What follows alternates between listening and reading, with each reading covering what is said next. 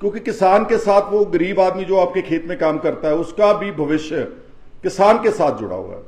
अफसोस इस बात का है कि उसमें मैं सबको ले रहा हूं कि जब से देश आजाद हुआ जितनी अहमियत किसानी को मिलनी चाहिए थी वो मिल ना सकी।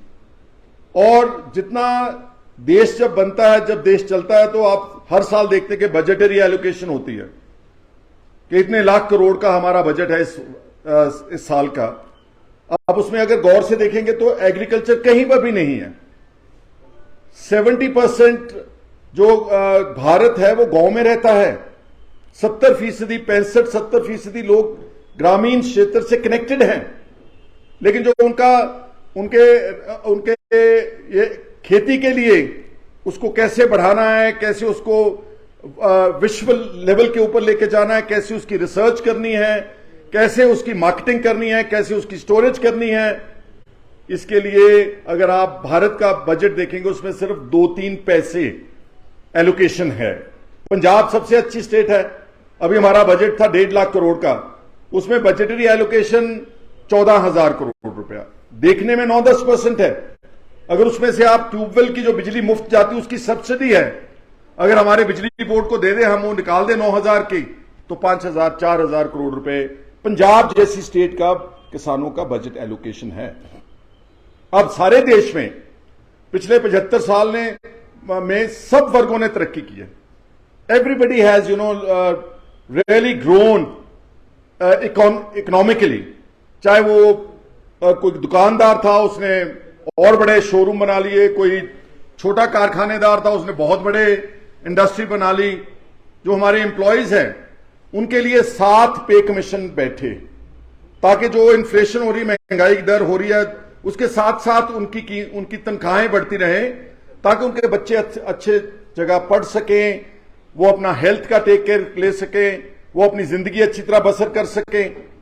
केवल किसान और खेत मजदूर एक ऐसा वर्ग है जिसके लिए ना कोई पे कमीशन, ना कोई इन्फ्लेशन का ख्याल, ना उनकी कोई फसलों की कीमतों के भाव जो बढ़ने चाहिए थे, ना उसको किसी ने देखा। सादा सा आपको मैं एक एग्जाम्पल देता हूं कि कैसे हमको इग्नोर किया गया किसानों और खेत मजदूरों को। आप में से कुछ लोग पुराने बैठे होंगे, आज से ठीक 50 साल पहले जो 1 तोला सोने का था, वो अगर आप 2 बोरी गेहूं के बेचते थे तो 1 तोला सोना आता था। 200-250 रुपए के करीब 1 तोला सोने की कीमत थी। अब 50 साल बाद, जैसे मैंने बोला कि सबने तरक्की की है, तो ये सोने का रेट भी आप देख रहे हैं कि अब 50,000 या 60,000 रुपए तोला है। अब वो किसान जो 2 बोरी बेच करके ले सकता था 1 तोला, वो 25 क्विंटल कनक जो गेहूं बेचेगा तो उसको 1 तोला सोना है। यू शुड अंडरस्टैंड कि कैसे महंगाई ने किसानों को मारा है। हमारे पंजाब, जो आप समझते हैं कि सबसे प्रफुल्लित स्टेट है, सबसे ज्यादा कर्जा किसानों के ऊपर पंजाब में है। 1 लाख करोड़ रुपए से ज्यादा कर्जा है हमारे पंजाब के किसानों और खेत मजदूरों के ऊपर, और वो लगातार सुसाइड कर रहे हैं। लेकिन कोई फर्क नहीं है मोदी साहब की सरकार के ऊपर, या केंद्र में कोई भी सरकार बैठी उनका हाल भी पूछना नहीं चाहती। पिछले वर्ष अभी आपने देखा कि कितना बड़ा आंदोलन किया किसानों ने, सिर्फ अपना अधिकार मांगने के लिए। Minimum support price, implementation of Swaminathan committee report, basic चीजें जो अभी सोहन लाल वर्मा जी ने गिनाई कि हमारा बीमा होना चाहिए, हमारे ऊपर जीएसटी नहीं लगनी चाहिए, हमारा रेट ऑफ इंटरेस्ट ठीक होना चाहिए। सारा साल बिठा के रखा। 600-700 लोग किसान जो थे मर गए वहां पर। प्रधानमंत्री साहब ने एक ट्वीट भी नहीं किया उनके लिए कि मैं एक ट्वीट ही कर दूं कि बहुत दुख की बात है। देशों विदेशों में जो लोग इधर उधर उनके जो नुकसान हो रहा उनके ऊपर चर्चा हो रही थी, लेकिन जो दिल्ली में उनके दरवाजे के बाहर बैठे थे किसान लाखों की तादाद में, उनका केंद्र की सरकार को कोई उनका फिक्र ही नहीं था। और जब उठाया, जो वायदे किए, आज 2 साल हो चले उन वायदों को पूरा नहीं किया। एमएसपी जो हमारे गेहूं के ऊपर है, या हमारा जो है चावल का फसल है, सिर्फ उसके ऊपर है, वो भी 2 स्टेट्स में है। मैक्सिमम एमएसपी जो people avail just in Punjab, Haryana, थोड़ा सा हिस्सा जो है वो यूपी वगैरह का है। बाकी फसलों के ऊपर कोई एमएसपी नहीं है। अब आपके सेब की बात करते हैं, कितना इंपॉर्टेंट आपका क्रॉप है, सारी दुनिया में मशहूर है। हिमाचल का और जम्मू कश्मीर का एप्पल है। क्या इसकी एमएसपी नहीं दे सकती केंद्र की सरकार? क्यों ऐसा हो रहा है कि आपको 50 रुपए 60 रुपए किलो बेचते हैं आप अपने बाग से, और जो खरीदने वाला है मिडिलमैन बिजनेसमैन है, वो उसी चीज को थोड़ा सा पॉलिश करके ऐसे जब दुकान के शेल्फ के ऊपर रखता है, उसका रेट दिल्ली जैसे शहरों में 250 रुपए 300 रुपए किलो बिक रहा है। इससे ज्यादा शोषण एक्सप्लॉयटेशन फार्मर्स की क्या हो सकती है? और कितना सरल है उसको। मैंने रानी साहबा को समझाया कि आप पार्लियामेंट में रिक्वेस्ट की इनको कि पार्लियामेंट में उठाएं। मैं आपके चीफ मिनिस्टर साहब से आज शाम को मिलेंगे, उनको भी बोलूंगा कि देखिए एप्पल इकोनॉमी जो मेरे को बताया गया, अगर मैं गलत ना हूं तो 5,000 करोड़ रुपए की है। How much? 5,000 करोड़ रुपए इज नथिंग। भारत जैसे देश के लिए 5,000 करोड़ रुपए तो कुछ भी नहीं है। इससे तो कहीं ज्यादा जो अंबानी तो अडानी और ये जो अमीर आदमी है, इनकी अपनी कंपनियों के टर्नओवर्स हैं।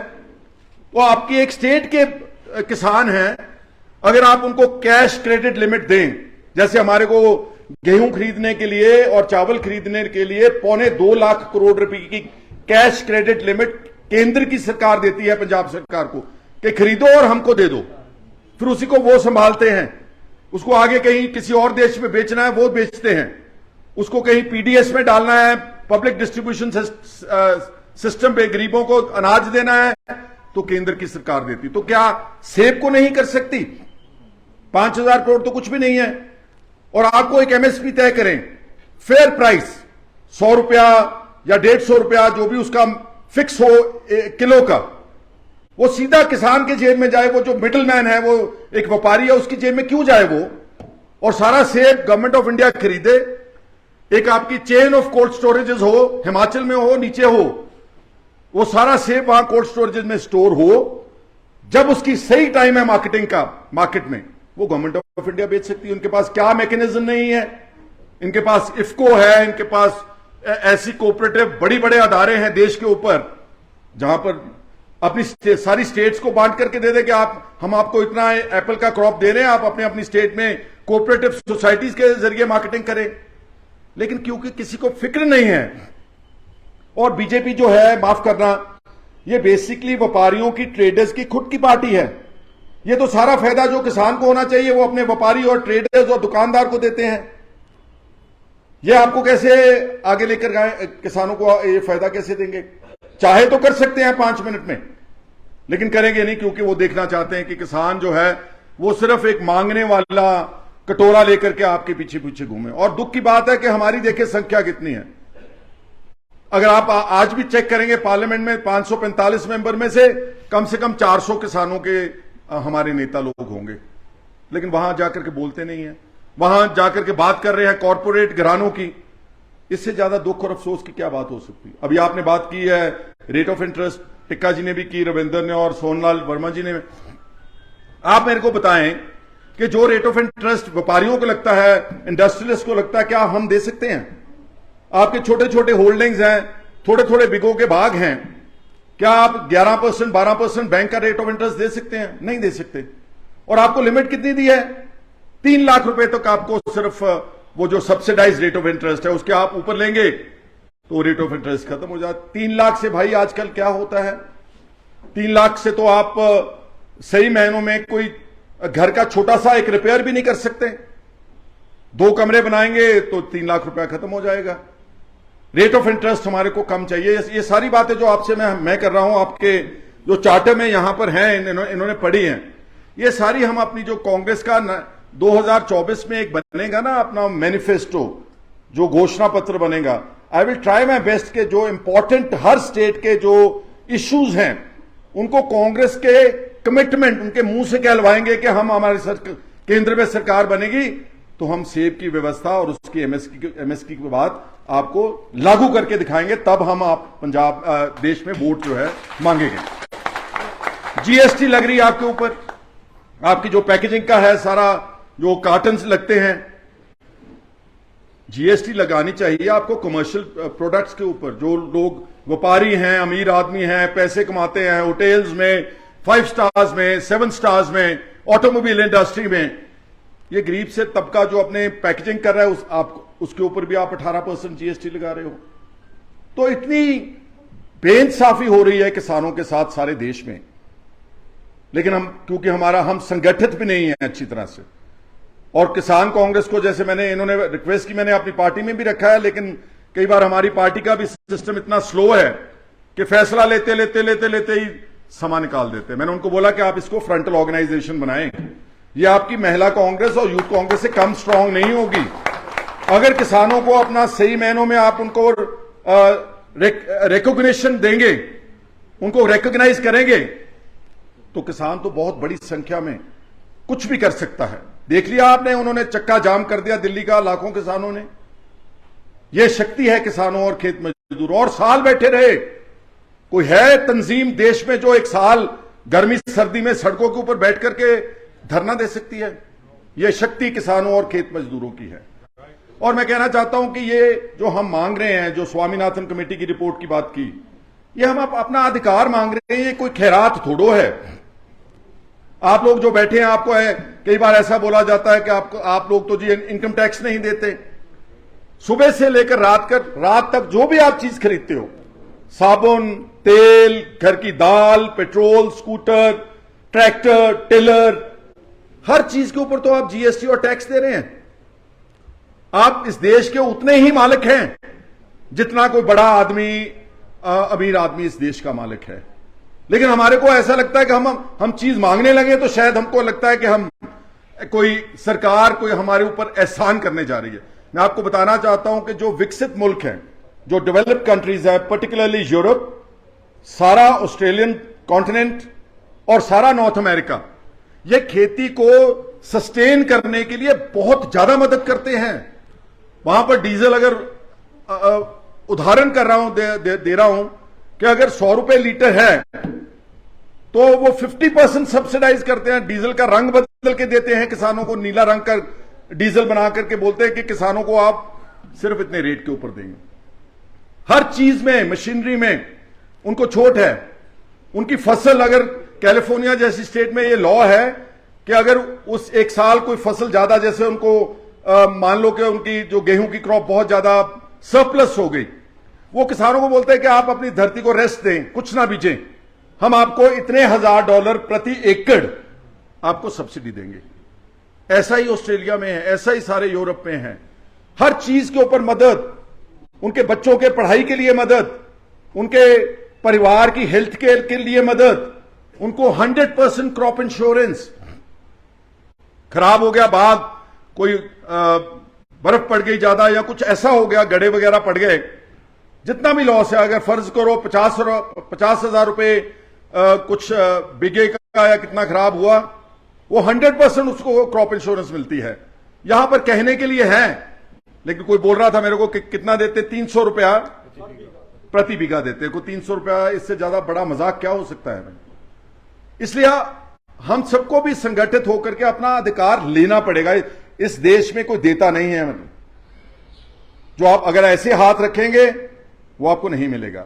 जिस दिन आप ऐसे हाथ कर लेंगे, अपने आप सब कुछ मिल जाएगा। बल्कि इस देश का जो प्रधानमंत्री है, जो यहां पर राज करने वाला, वो असल में एक गांव का प्रतिनिधि चाहिए, तभी वो अपने देश की इस हालात को सुधार सकेगा। और इसके अलावा जो आपकी दूसरी समस्याएं हैं, जैसे अभी मैं बात कर रहा था कि ये सारे बड़े बड़े कोल्ड स्टोरेजेस सारे अडानी साहब ने बना दिए हैं। इसका मतलब कि एप्पल की प्राइस तो वो कंट्रोल करेंगे, जब पूरा सीजन है वो खरीद के स्टॉक कर लेंगे, और फिर वो उस प्राइस को कंट्रोल करते हैं कि अब बेचना है, इतना बेचना है, थोड़ा बेचना है, इस स्टेट में बेचना है। Farmers are not controlling the price. Even अगर आप कैश क्रॉप की बात करें, अभी जो चल रहा है सिस्टम, आप लोग प्राइस कंट्रोल है, आप तो फेंकते हैं। हमारे पंजाब में, पंजाबी में इसको बोलते हैं, हम ये नहीं बोलते कि हम फसल बेचने चले हैं मंडी में, वो पंजाबी च कहते हैं असीं कणक सुट्टण चले हैं, असीं झोना सुट्टण चले हैं। इतना ज्यादा अपनी तौहीन की हो सकती, बेइज्जती की हो सकती है। और सबसे ईमानदारी का काम है ये किसानी और खेत मजदूर का काम, सुबह से लेकर शाम तक। इसमें कोई भ्रष्टाचार नहीं है। सबसे अगर कोई अच्छे आदमी, हमारे गुरु नानक साहब का फलसफा था कि ये हम उसको, ये 10 उंगलियों को 10 नाखून बोलो, उन्होंने बोला किर्त करो और वंड के शको। पहले से काम कमाई करो और जो भी आप लेते हो उसको सबको बराबर में बांट के खाओ। हमने उस फलसफे से इतना काम किया, सारे देश का अनाज का भंडार भर दिया।